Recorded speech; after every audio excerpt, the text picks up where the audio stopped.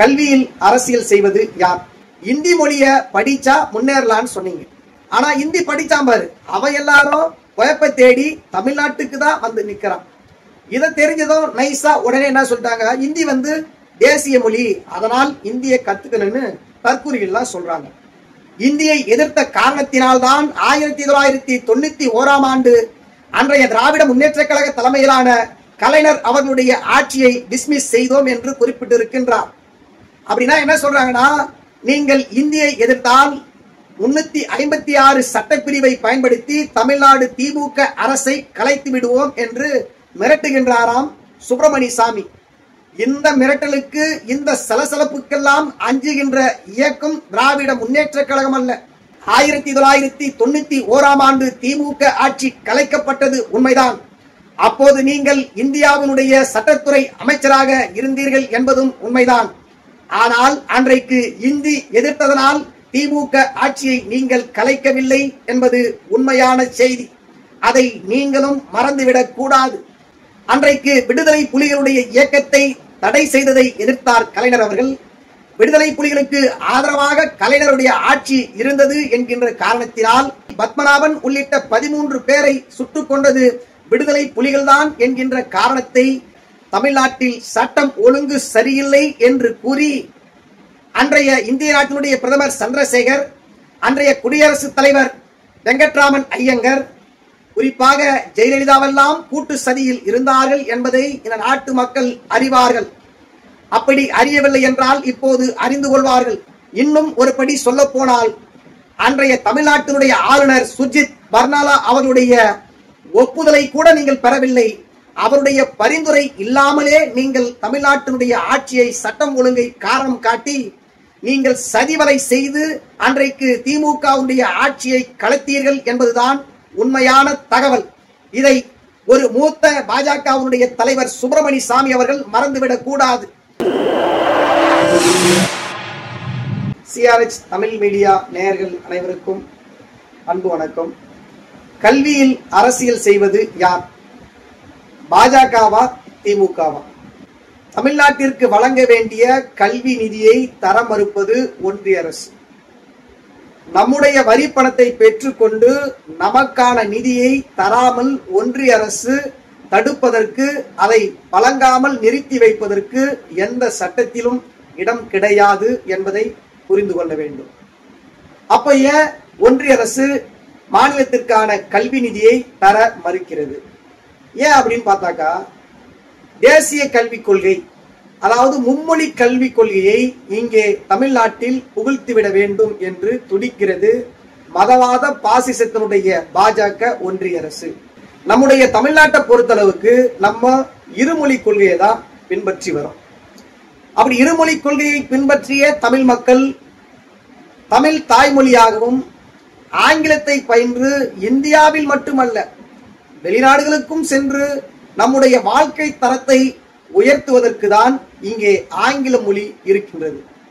ஆனால் மூன்றாவது மொழியாக சேர்க்க துடிக்கின்ற, அதை திணிக்க முயற்சிக்கின்ற இந்தி மொழி எதற்கும் பயன்படாத மொழி. ஏன் இந்தி மொழி பயன்படாது அப்படின்னு சொல்லிட்டு நீங்க கேட்கலாம். இந்தி மொழி எனக்கு பயன்படாது, அதனால் அதை நான் படிக்கவில்லை. எனக்கு விருப்பம் தான் நான் படிக்க போறேன்.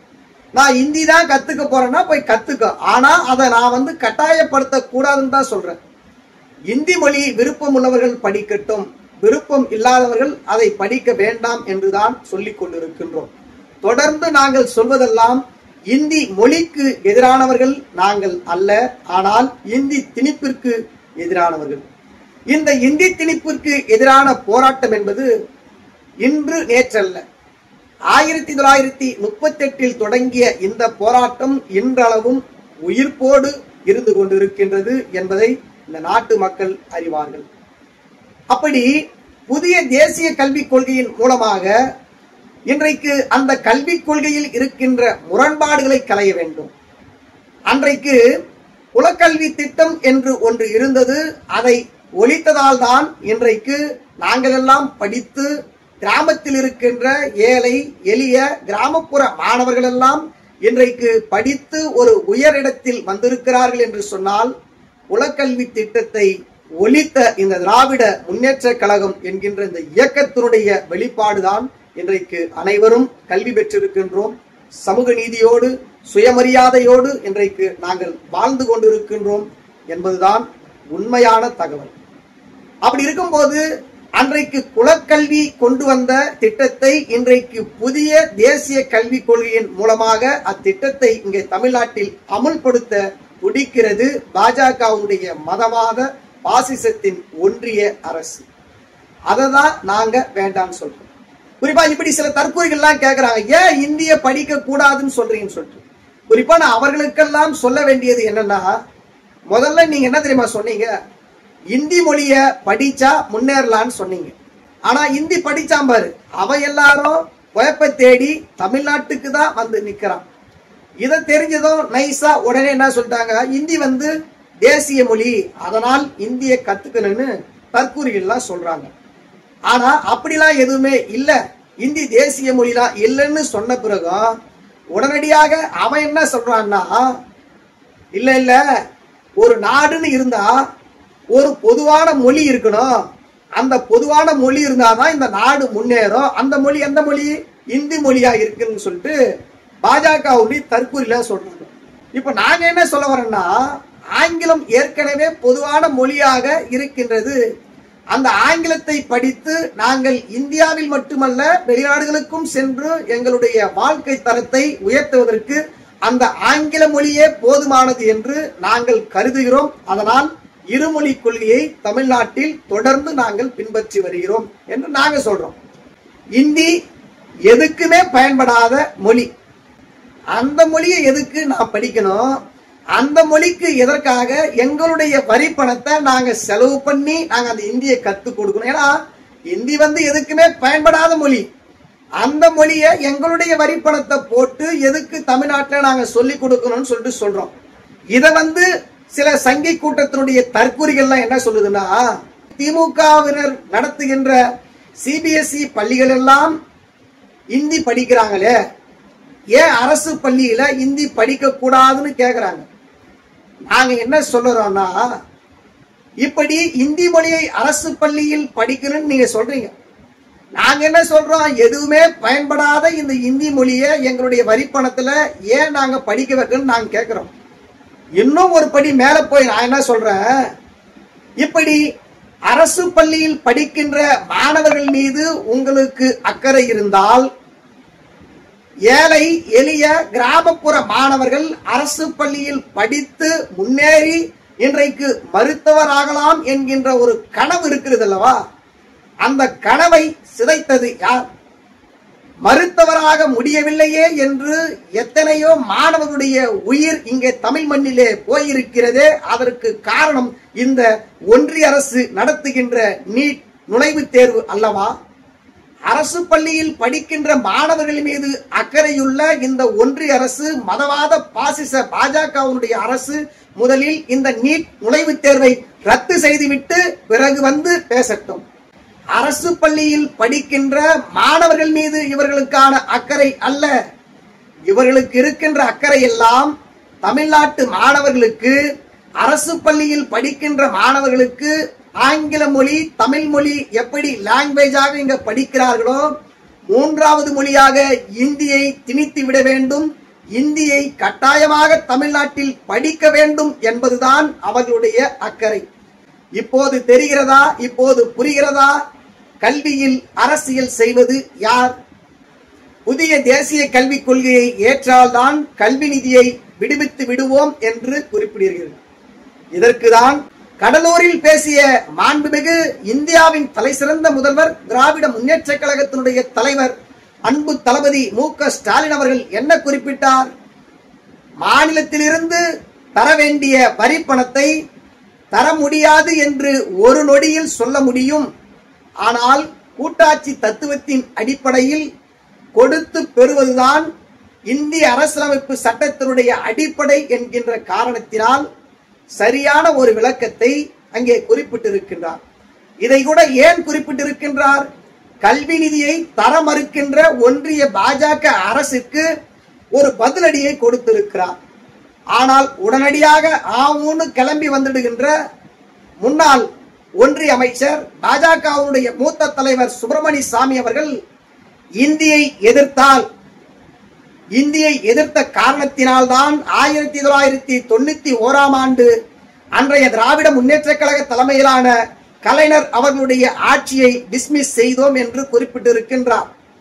அப்படின்னா என்ன சொல்றாங்கன்னா, நீங்கள் இந்தியை எதிர்த்தால் 356 சட்டப்பிரிவை பயன்படுத்தி தமிழ்நாடு திமுக அரசை கலைத்து விடுவோம் என்று மிரட்டுகின்றாராம் சுப்பிரமணிய சாமி. இந்த மிரட்டலுக்கு, இந்த சலசலப்புக்கெல்லாம் அஞ்சுகின்ற இயக்கம் திராவிட முன்னேற்ற கழகம் அல்ல. மிசாவையே எதிர்த்து குரல் கொடுத்து தீர்மானம் நிறைவேற்றிய இயக்கம் திராவிட முன்னேற்ற கழகம். 1991 ஆண்டு திமுக ஆட்சி கலைக்கப்பட்டது உண்மைதான். அப்போது நீங்கள் இந்தியாவினுடைய சட்டத்துறை அமைச்சராக இருந்தீர்கள் என்பதும் உண்மைதான். ஆனால் அன்றைக்கு இந்தி எதிர்த்ததனால் திமுக ஆட்சியை நீங்கள் கலைக்கவில்லை என்பது உண்மையான செய்தி. அதை நீங்களும் மறந்துவிடக் கூடாது.